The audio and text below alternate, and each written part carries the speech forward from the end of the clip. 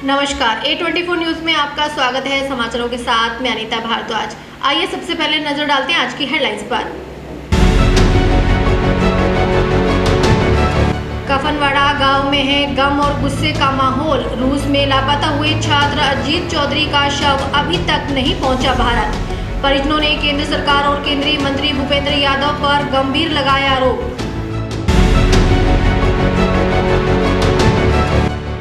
भिवाड़ी के यातायात पुलिस ने विशेष निरीक्षण अभियान चलाकर बिना हेलमेट दोपहिया वाहन चालकों, सीट बेल्ट न लगाने वालों तथा शराब पीकर वाहन चलाने वालों के खिलाफ की सख्त कार्रवाई।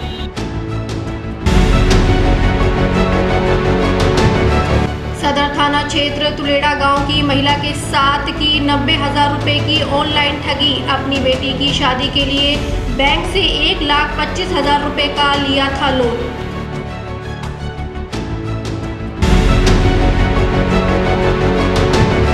अलवर शहर में करोड़ों रुपए का बजट खर्च होने के भी विभागीय लापरवाही के कारण कॉलोनियों में मूलभूत सुविधाओं का अभाव लोगों के लिए जानलेवा साबित हो रहा है।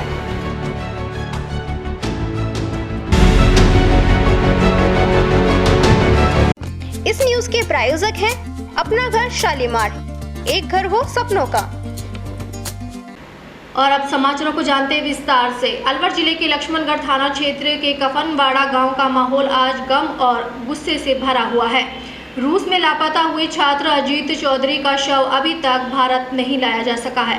परिजनों ने केंद्र सरकार और केंद्रीय मंत्री भूपेंद्र यादव पर गंभीर आरोप लगाए हैं कि बार बार मिलने और आश्वासन देने के बावजूद शव को भारत लाने की ठोस कार्रवाई नहीं हुई है।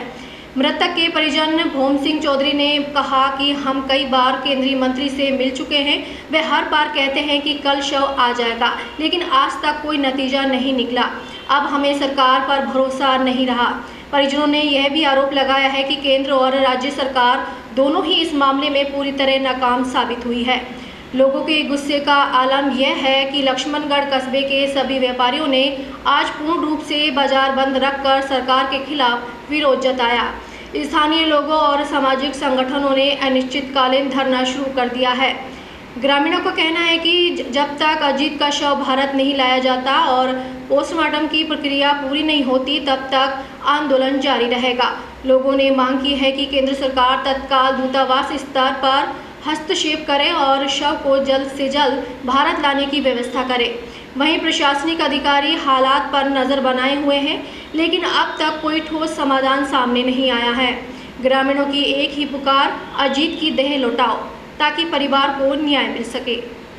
आज हमारे साथ पूरा लक्ष्मणगढ़ व्यापारी संघ, पूरा संगठन, पूरे अध्यक्ष, पूरे ब्लॉक, स्कूलें, सारी कॉलेजें, जितनी सब कुछ बंद करके ये सरकार को ये प्रदर्शन करके दिखाएंगे कि हमारा जो अजीत का शव है उसका पोस्टमार्टम करवा के जल्द से जल्द इंडिया लाए। केंद्र सरकार से भी हमारी यही अपील है। बार बार हम भूपेंद्र जी से मिल रहे हैं, हमें हमारे अजीत की डेड बॉडी को जल्द से जल्द इंडिया मंगवाई जाए, उसको हम परिवारों को सुपुर्द की जाए। मतलब ये बात भूपेंद्र यादव जी से हम कई बार मिल चुके हैं, इस बात पर अपना ध्यान नहीं है उसका।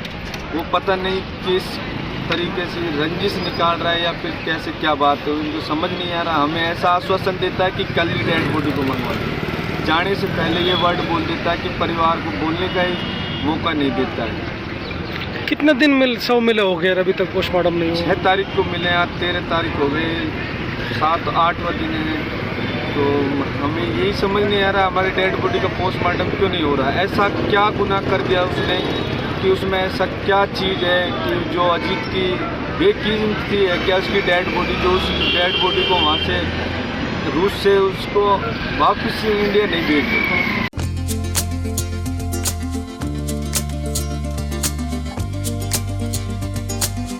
राजगढ़ कस्बे में चिकित्सा और स्वास्थ्य विभाग और Mamta health institute for mother and child के संयुक्त तत्वाधान में कस्बे के राजकीय सामुदायिक स्वास्थ्य केंद्र पर बच्चों में टीबी स्क्रीनिंग बढ़ाए जाने को लेकर एक कार्यशाला का आयोजन किया गया।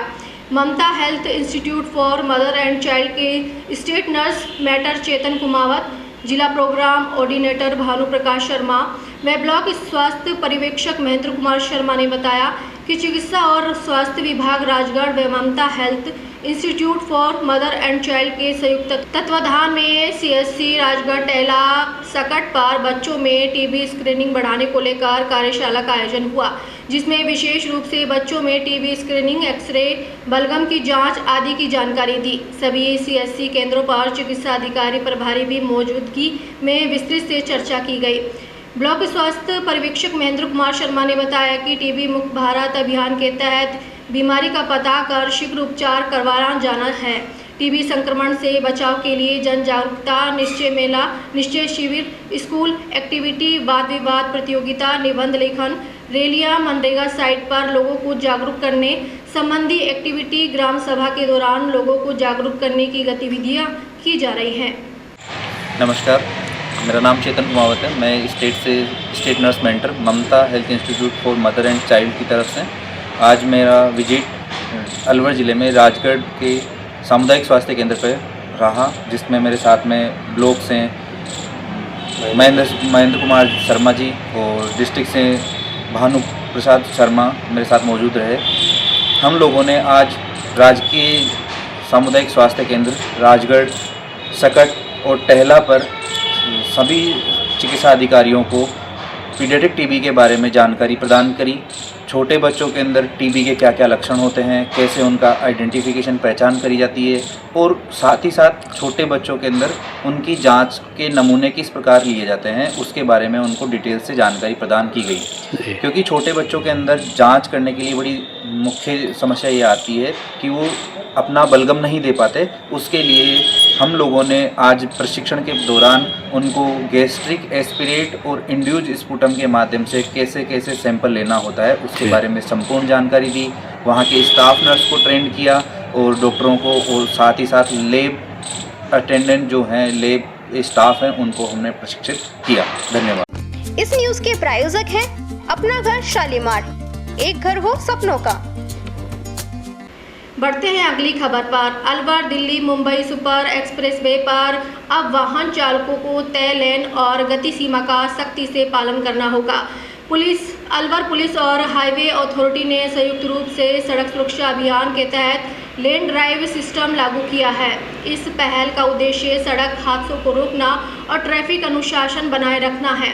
अलवर एडिशनल शरण कामले ने बताया कि मिशन सेफ अभियान के तहत लोगों को हाईवे पर निर्धारित लेन में चलने और ओवर स्पीड ड्राइव से बचने के लिए जागरूक किया जा रहा है। इसके लिए राजगढ़ और लक्ष्मणगढ़ पुलिस ने NHAI के साथ मिलकर विशेष अभियान शुरू किया है।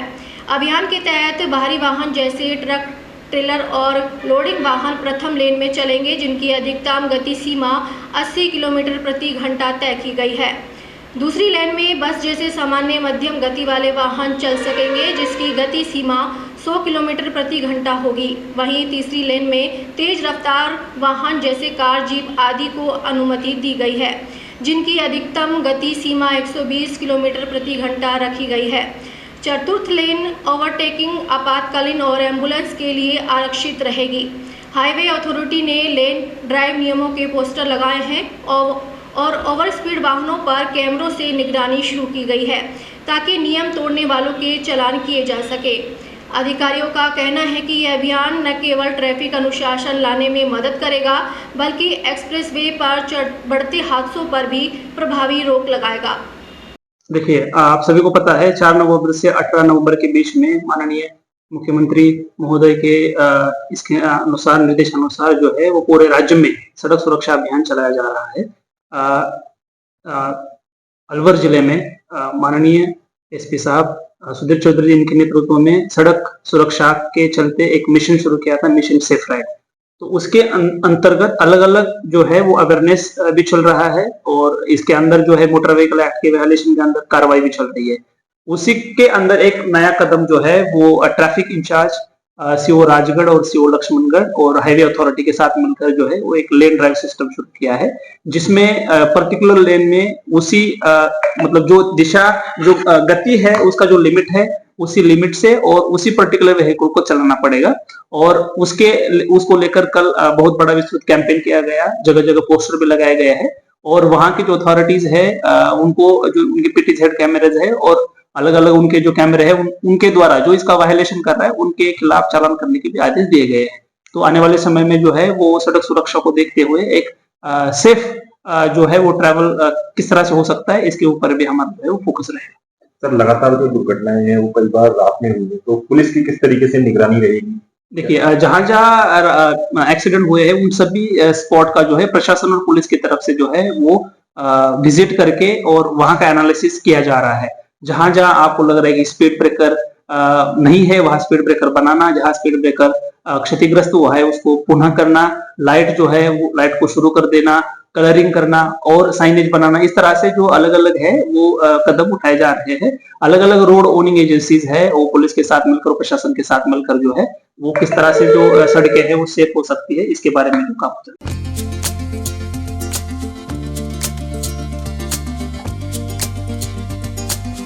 खैरतल तिजारा अतिरिक्त जिला कलेक्टर शिवपाल जाट की अध्यक्षता में भगवान बिरसा मुंडा की 150वीं जयंती पर जिले और गांव क्यारा में 1 नवंबर से 15 नवंबर तक जनजाति गौरव वर्ष के तहत विभिन्न कार्यक्रमों का आयोजन के संबंध में बैठक का आयोजन किया गया।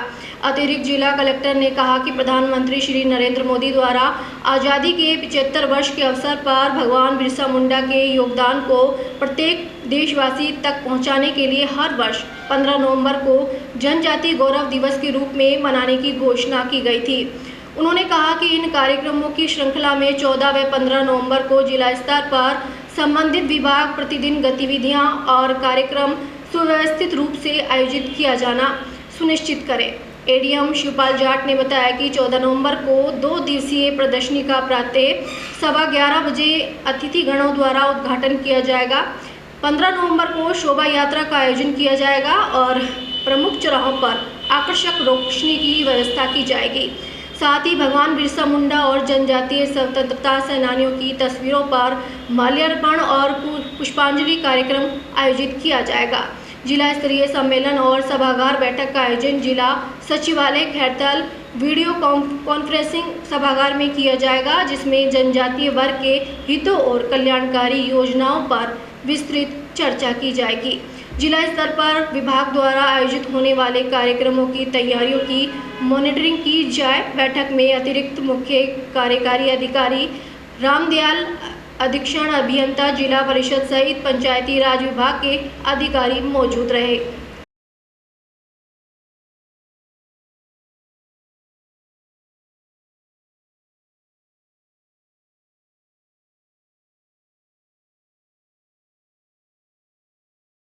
इस न्यूज के प्रायोजक हैं अपना घर शालीमार, एक घर हो सपनों का।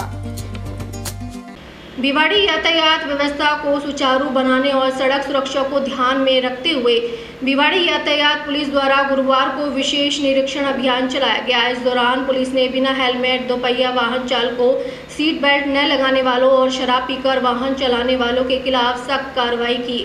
अभियान के दौरान कई स्थानों पर पुलिस टीमों ने नाकाबंदी कर वाहनों की जांच की। नियमों का उल्लंघन करते पाए गए चालकों के मौके पर चालान काटे गए। यातायात पुलिस अधिकारियों ने बताया कि यह कार्रवाई सड़क दुर्घटनाओं में कमी लाने और लोगों में यातायात नियमों के प्रति जागरूकता बढ़ाने के उद्देश्य से की जा रही है। उन्होंने कहा कि सड़क पर सुरक्षा सभी की जिम्मेदारी है, इसलिए हर वाहन चालक को यातायात नियमों का पालन करना चाहिए। अभियान आगे भी लगातार जारी रहेगा।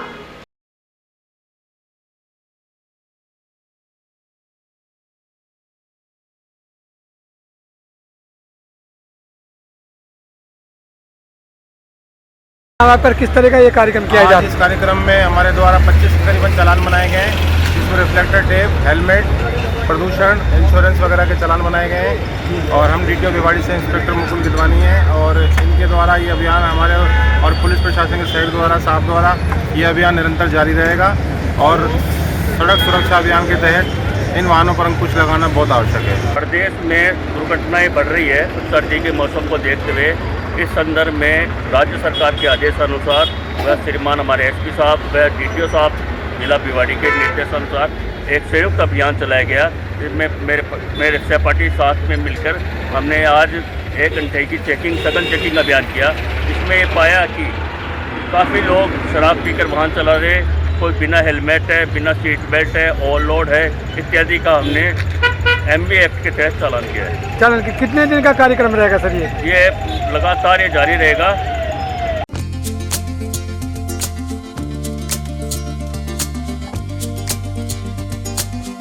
आज लघु उद्योग भारती भिवाड़ी एक की मासिक बैठक BIIM हॉल में आयोजित की गई, जिसमें IIFA 2025 के आयोजन में शामिल हुए औद्योगिक प्रतिभागियों से प्राप्त जानकारी के आधार पर विचार विमर्श किया गया। नए सदस्य बनाने पर जोर दिया गया। केंद्रीय बजट में औद्योगिक समस्याओं के सुझाव को दिए जाने पर चर्चा हुई। इसके अलावा अधिक से अधिक सदस्यों का लीप पोर्टल पर पंजीकरण की प्रक्रिया के बारे में विस्तार से बताया और सभी सदस्यों को पंजीकरण कराने पर जोर दिया। डॉक्टर नितिन रस्तोगी को इसका संयोजक नियुक्त किया गया। इकाई द्वारा आगामी माह में जेम पोर्टल के सहयोग से एक सेमिनार के आयोजन का भी निर्णय लिया गया, जिससे औद्योगिक इकाइयों को लाभ मिलेगा।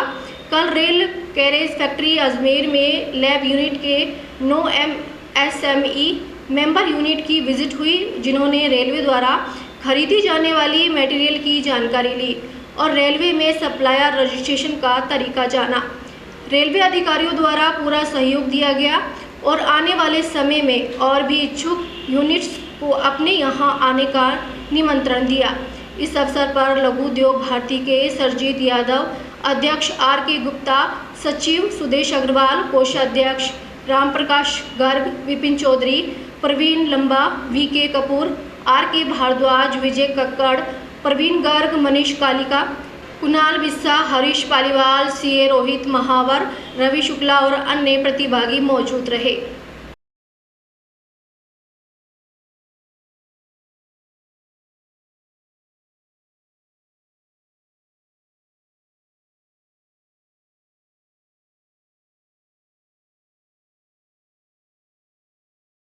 इस न्यूज के प्रायोजक हैं अपना घर शालीमार, एक घर हो सपनों का। अलवर उद्योग नगर थाना क्षेत्र हॉबीज बैंड कंपनी के पास सड़क हादसे में 70 वर्षीय बुजुर्ग ड्राइवर गंभीर रूप से घायल हो गया।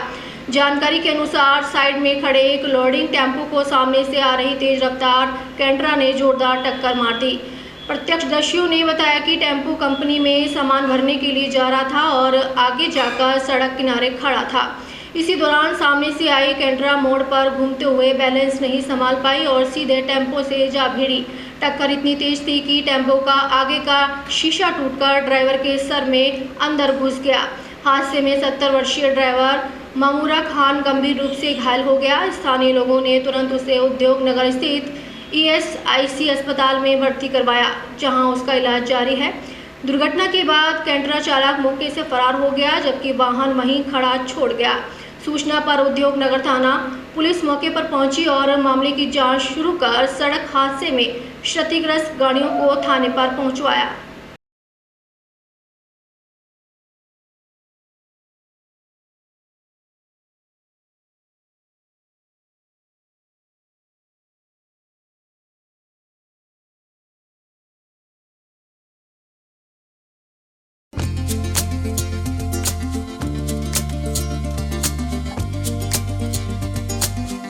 अलवर सिल्लीसेठ झील से आज नहर खोलने का शुभारंभ किया गया। नहर खोलने के कार्यक्रम की शुरुआत पूजा अर्चना से की गई। इस अवसर पर सहायक अभियंता सुभाष चंद्र शर्मा, कनिष्ठ अभियंता नीरज शर्मा, कनिष्ठ सहायक अमित मीणा, मैट श्रीराम गुजर सहित काश्तकार और ग्रामीण जन उपस्थित रहे। नहर में जल प्रवाह प्रारंभ होते ही किसानों ने रबी फसल की सिंचाई के लिए नहर खोलने पर विभाग के प्रति आभार व्यक्त किया और मिठाई बांटकर खुशी जाहिर की। सिंचाई प्रारंभ होने से क्षेत्र में फसलों की पैदावार में वृद्धि होगी, जिससे किसानों को सीधा लाभ मिलेगा।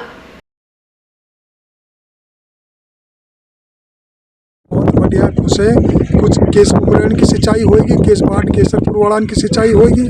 बहुत बढ़िया मौका पर नहर खुल गई साहब। गेहूँ में प्रयोग हो जाएगा, पानी लग जाएगा, सिरसूर में पानी लग जाएगा, चना में पानी लग जाएगा। बहुत बहुत फायदा होगा साहब आज से नहर। हाँ जी। इस न्यूज के प्रायोजक हैं अपना घर शालीमार, एक घर हो सपनों का। अलवर सदर थाना क्षेत्र तुलेड़ा गांव की रहने वाली धर्मवती के साथ 90,000 रुपए की ऑनलाइन ठगी हो गई। महिला ने पिछले महीने 16 अक्टूबर को अपनी बेटी की शादी के लिए बैंक से 1,25,000 रुपये का लोन लिया था। बैंक से 5,000 रुपये प्रोसेसिंग फीस के रूप में कट गए हैं और 1,20,000 रुपये उसके खाते में आए थे। इनमें से 30,000 रुपये महिला ने खर्च कर लिए और जबकि शेष 90,000 रुपये बेटी की शादी के लिए दहेज का सामान खरीदने हेतु बचाए थे। महिला के अनुसार 7 नवंबर को उसके खाते से 6 ट्रांजैक्शन के जरिए पूरे 90,000 रुपये निकल गए। जब मोबाइल पर पैसे कटने के मैसेज आए तो उसने बैंक जाकर जानकारी ली। बैंक ने खाता स्टेटमेंट देखकर पुष्टि की कि सभी रकम ऑनलाइन ट्रांजैक्शन के जरिए निकाली गई है। पीड़िता धर्मवती ने बताया कि वह और उसका पति बैलदारी का काम करते हैं और बड़ी मुश्किल से लोन मिला था। उनकी बेटी की शादी 29 नवंबर को है, लेकिन अब ठगी के बाद शादी की तैयारी ठप हो गई है। बैंक से भी उन्हें कोई संतोषजनक जवाब नहीं मिला, जिसके बाद उन्होंने सदर थाने में शिकायत दर्ज कराई है। आज धर्मवती अपने परिवार के साथ थानाधिकारी से भी मिली और कार्रवाई की मांग की। हमने बैंक से लोन लिया था, 1,25,000 मंजूर हुए थे, जिसमें 5,000 खर्चा आ गया, तो 20 थे। हमने 30,000 रुपये हमने निकाल लिए, तो 90,000 थे जो बैंक से कट गए। जो हमने एस्टीमेट निकलाया तो वो उसमें कटे दिखाए गए हैं। हमारे भतीजी की शादी, उसकी शादी के लिए हमने दहेज के सामान के लिए लिए थे, जो दोबारा बैंक में गए निकलवाने के लिए, तो उसमें से कट ले गए। ठगी हो गई सब। थाने में मुकदमा दे दिया है? हाँ, थाने में मुकदमा दर्ज किया गया है। सर 1.25 लाख का लोन लिया था, 1,20,000 पास हुए थे और 30,000 रुपये हमने निकाल लिए इसमें थे। हमको और बाकी पीछे नहीं नहीं पता कहाँ गए थे पैसा। हाँ, और मैंने अपनी लड़की के ब्याह को लोन करवाया था, उनके और निकाल लेंगे 1-2 दिन में। पीछे फिर मेरे को कोई पता ना कहाँ गया था ये पैसा। कोई OTP भी नहीं आया मोबाइल पे? ना सर, कोई कागज नहीं दिया, कोई फ़ोन नहीं दिया। मैंने मेरे फ़ोन भी नहीं रखती, ना मेरा को ना मेरे पति रखता। किसी का संदिग्ध फोन आया ऐसे जो? ना सर, मेरे कोई फ़ोन नहीं आया, ऑटोमेटिक कट गए। बैंक हाँ में सर। गए तो बैंक वालों ने क्या कहा? बैंक वाले ने सर कुछ ना कहे, सिर्फ ये किया जो कि ये कैसे है, हमें वो अपडेट दी नहीं लिखा के, स्टेटमेंट दिए सर वैसे लिखा के। उन्होंने हमको कोई जवाब नहीं दिया। शादी कब है बेटे की? 29 तारीख के साथ।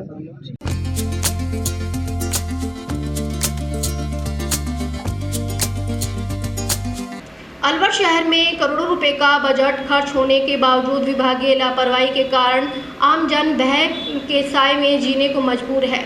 शहर की कई कॉलोनियों में मूलभूत सुविधाओं का अभाव लोगों के लिए जानलेवा साबित हो रहा है। स्कीम 5 स्थित मंगल विहार कॉलोनी इसका प्रमुख उदाहरण बन गई है, जहां 20 फुट सड़क पर गहरे गड्ढे और जगह जगह फैला कचरा स्थानीय निवासियों के लिए मुसीबत का सबब बना हुआ है। शहर के सौंदर्यीकरण के तहत दीवारों पर बनाई गई रंगीन पेंटिंग के नीचे लगे कचरे के ढेर विभागीय उदासीनता का खुला प्रमाण है। कॉलोनी निवासी जागरूक नागरिक अविनाश शर्मा ने बताया कि इस तरह की समस्या को लेकर कई बार यूआईटी नगर निगम और संपर्क पोर्टल पर शिकायत की गई, लेकिन कोई समाधान नहीं हुआ।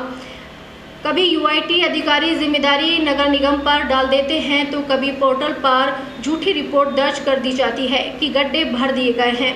रात्रि के समय स्ट्रीट लाइटें नहीं होने के कारण वाहन चालक अक्सर इन गड्ढों में गिरकर चोटिल हो जाते हैं। अविनाश शर्मा ने बताया कि मामूली पेचवर्क से समस्या हल हो सकती है, लेकिन अधिकारियों की अनदेखी के कारण स्थिति बिगड़ती जा रही है। उन्होंने नगर निगम और नगर विकास न्यास के अधिकारियों से अपील की है कि जल्द कार्रवाई की जाए ताकि किसी बड़ी दुर्घटना से बचा जा सके।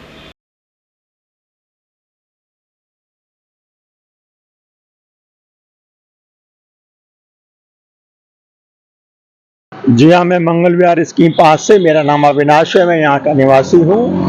और दिक्कत ये है कि इस स्कीम में ये देखिए, मैं आपको अनुमान देता हूँ। जैसे ये गड्ढा है सड़क के बीच में, ये बीच में ये 2 व्हीलर के चलने की लाइन है, 2 पहिया वाहन इस लाइन में चलते हैं और एक ही लाइन के अंदर ये 4 गड्ढे एक साथ बने हुए हैं। और इनमें से 2 पहिया वाहन बचने के लिए साइड में होते हैं, तो पीछे के वाहन उनमें टक्कर मारने की पूरा अंदेशा रहता है। रात के टाइम में ये गड्ढे दिखते नहीं हैं, जिससे कई बार मोटरसाइकिल वाले, स्कूटर वाले एक्सीडेंट होते होते बचते हैं। इसके अलावा आगे 2-3 और जगह 1-1.5 साल से गड्ढे बने हुए हैं, जिनमें 6 इंच से लेके 8 इंच तक के गहरे हैं। और कई बार उनके लिए उच्च अधिकारियों को कहा गया है, संपर्क पोर्टल पे भी कई बार एप्लीकेशन दिया गया है अखबार में भी आया था UIT के हवाले से कि मंगल विहार में गड्ढे भरने की प्रक्रिया जारी कर दी गई है, लेकिन मैंने देखा है कि, और आप भी देखेंगे कि कोई गड्ढे भरे नहीं हैं, बच्चे उनमें स्लिप होते हैं, बूढ़े बुजुर्ग रात को जब टहलते हैं तो वो उनमें फिसलते हैं और बहुत ही लोगों को नुकसान है, बहुत ही आने जाने वाले नागरिकों को परेशानी होती है इन गड्ढों की वजह से। तो मेरा आग्रह है कि आपके माध्यम से ही सही कि इसमें तारकोल डाल के और कंक्रीट डाल के इन 4-5 गड्ढों को रिपेयर करवा दे मंगल विहार में, तो एक जनहित में अच्छा काम होगा। नगर विकास न्यास और नगर निगम इन्हीं चीजों के लिए बनी हुई है। मैंने संपर्क पोर्टल पे भी डाला था, लेकिन वहां से अनुचित जवाब, मैं ये उचित नहीं बोल रहा हूँ कि उचित जवाब नहीं दिया, मैं कह रहा हूँ इतना अनुचित जवाब दिया है कि ऐसा लगता है राज्य सरकार को बदनाम करने के लिए, हमारे विधायक और माननीय सांसद को बदनाम करने के लिए अधिकारी काम कर रहे हैं। क्या लगता है कि नगर निगम की ओर से पेंटिंग की गई और उसके बाद वहाँ कचरा डाल के उसकी हाँ, नहीं वो डाल के नहीं, नगर निगम की तरफ से बहुत मैं आभार व्यक्त करता हूँ कि बहुत सुंदर इससे मंगल विहार की गवर्नमेंट प्रेस वाली दीवार बना दी उन्होंने, लेकिन वहां पे जो पहले मलबा पड़ा हुआ था दीवार के साथ 4 फीट ऊंचा 5 फीट ऊंचाई तक मलबा पड़ा था, अगर उस मलबे को हटा देते और हटाने के बाद में उसमें वो पेंटिंग करते तो पेंटिंग कंप्लीट होती। आप सोचिए जिस दिन वो मलबा हट जाएगा तो वो एक भद्दा सा पैच वहां पे पेंटिंग में दिखेगा, तो उसका पूरा जितना सुंदर बनाना चाहते थे वो पूरा हो नहीं पाएगा। तो मेरा आग्रह है नगर निगम से भी कि जहां भी पेंटिंग करवाएं इस तरह के मलबे को दीवारों से हटवा के और वो पूरा का पूरा पेंट करवाएं। इस न्यूज के प्रायोजक हैं अपना घर शालीमार, एक घर हो सपनों का। राजगढ़ रेंज के अधीन कुंडला नाका के अंतर्गत 15 वर्ष से करीब 7-8 बीघा भवन भूमि को न्यायालय की अनुपालना पर अतिक्रमण मुक्त करवाया गया। क्षेत्रीय वन अधिकारी राहुल फौजदार ने बताया कि न्यायालय सहायक वन संरक्षक राजगढ़ की अनुपालना में सहायक वन संरक्षक के नेतृत्व में नाका कुंडला के अंतर्गत किसी व्यक्ति द्वारा करीब 7-8 बीघा वन भूमि पर अतिक्रमण किया हुआ था, जिसको खाली अतिक्रमण मुक्त करवाया गया। उक्त व्यक्ति करीब 15 वर्ष से खेती करता आ रहा था, जिसे JCB व स्टाफ की सहायता से खुद-बुद करके बेदखल किया गया है। कुंडला राजपुर बड़ा के अतिक्रमण स्थल गिरिराज मीणा पुत्र श्रवण मीणा निवासी कुंडला के वन खंड कुंडला मेन के खसरा नंबर 53 से 7-8 बीघा वन भूमि पर खेती कर अतिक्रमण कर रखा था, जिसको 2 JCB मशीनों की सहायता से लगभग 2-3 घंटे की भारी मशक्कत के बाद बोई हुई सरसों की फसल को नष्ट किया गया और खेतों में बनाई गई मेड़ पर बनाए हुए 2 झोंपों को संपूर्ण नष्ट किया जाकर वन भूमि को अतिक्रमण मुक्त कर अवैध कब्जे को बेदखल कर संपूर्ण वन भूमि को कब्जे से कर दिया गया है। इस मौके रेंज स्टाफ लक्ष्मणगढ़ व थानागाजी का वन विभाग का स्टाफ और टहला पुलिस मौजूद रही।